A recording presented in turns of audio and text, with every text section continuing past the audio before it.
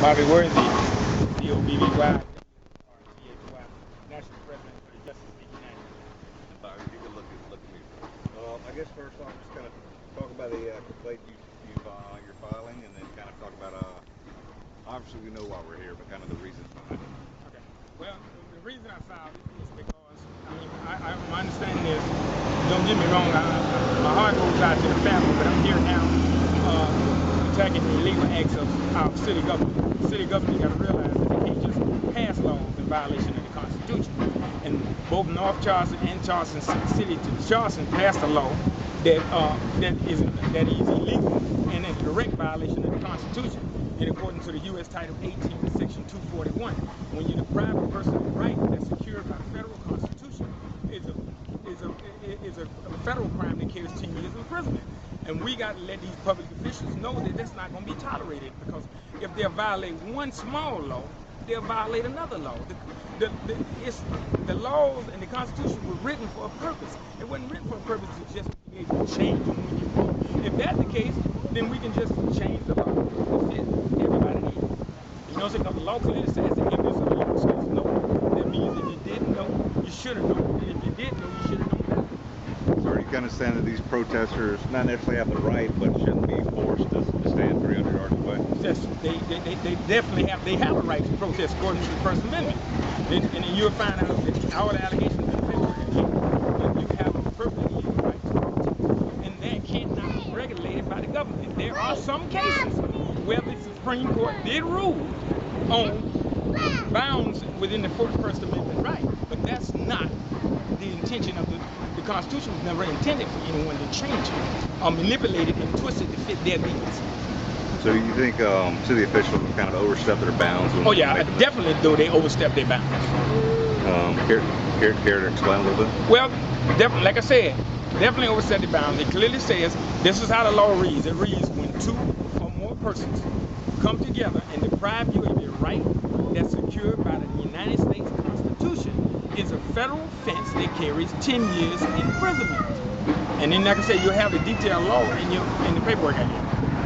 Not to put words in your mouth, but unfortunately this happened, and then they kind of, I won't say overreacted, the city officials, but kind of acted to make sure that these people got their piece they're looking for, but kind of not giving the protester that they wanted to protest, kind of giving them their rights also.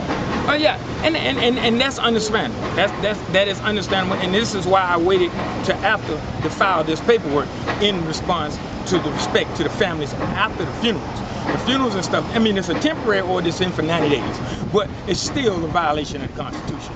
And I am going to push for the federal government, the FBI, to file charges on these people. And if they don't file charges, at least sanction them and let them know they cannot do this. This is not how it works. You know what I'm saying? So, you know, it's just like me walking down the street. If I slap a police, it don't mean I ain't committed no crime. You know, even if the law is excuse no one. And that's what people not understanding. And then again, you know, you got local people calling me, talking about we don't want you here. Even news people talking about who invited you here. I want to let the world know I don't need your permission to come to Charleston, South Carolina.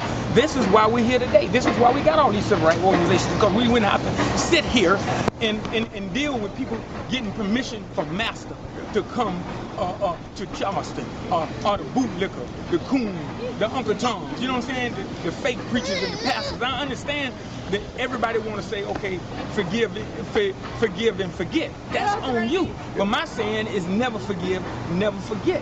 I understand, but that's me. That's how I feel. The way you feel and the way they feel ain't got nothing to do with me. All of us got two different feelings.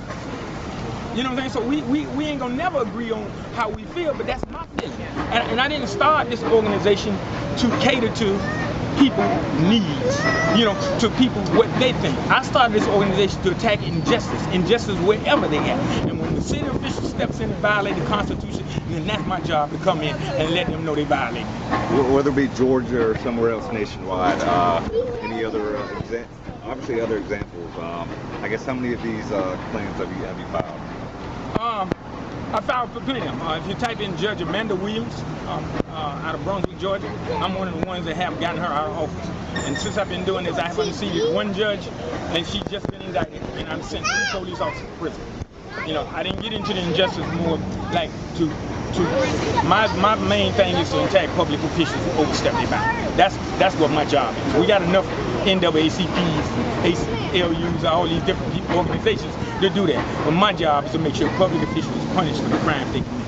I guess just to tie it all together, you talk about one of the public officials, I guess, punished for what they did.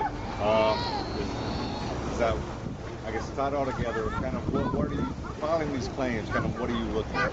I'm looking for justice and let the public officials know they are not